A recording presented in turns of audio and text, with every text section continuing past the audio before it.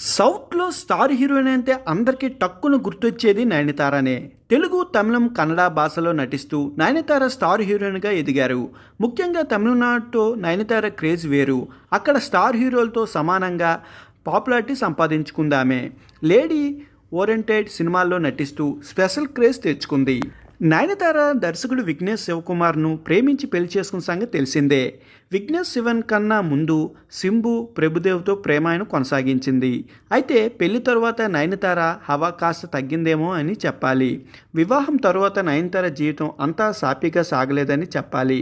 పెళ్లి తరువాత నయనతార పలు వివాదాల్లో నిలిచింది. సరోగసి ద్వారా పిల్లలను కనడం పెద్ద దుమారమే సృష్టించింది. ఈ సమస్య ముగిసిన వెంటనే నయనతార నటించిన అన్నా పురాణి అనే సినిమాలో హిందువులు మనోభావాలు దెబ్బతీసేలా ఉన్నాయంటూ కొందరు కోర్టు వరకు వెళ్లారు. నయనతార పెళ్లి తరువాత కష్టాలు మొదలయ్యాయని, ఆమె విడాకులు తీసుకోవడం ఖాయమని గతంలో ప్రముఖ వేణుస్వామి చెప్పడం జరిగింది. ఇప్పుడు దానికి తగ్గట్లుగానే నయనతార అడుగులు వేస్తుందేమో అనిపిస్తుంది. నయనతార తాజాగా తన సోషల్ మీడియాలో ఒక పోస్ట్ అయితే షేర్ చేశారు. ఆ పోస్ట్లో వైవాహిక జీవితం గురించి ఆసక్తికరమైన కామెంట్స్ చేశారు. తెలివి తక్కువ వ్యక్తిని పెళ్లి చేసుకున్నప్పుడు మ్యారేజ్ అనేది ఒక పెద్ద మిస్టేక్. నీ భర్త చేసే పనులకు నువ్వు బాధ్యత వహించవలసిన పని లేదు.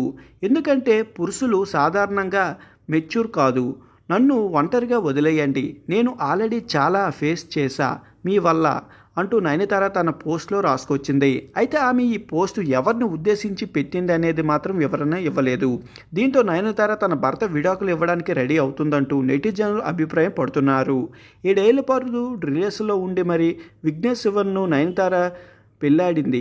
2022లో జూన్లో వీరు వివాహానికి అడుగుపెట్టారు.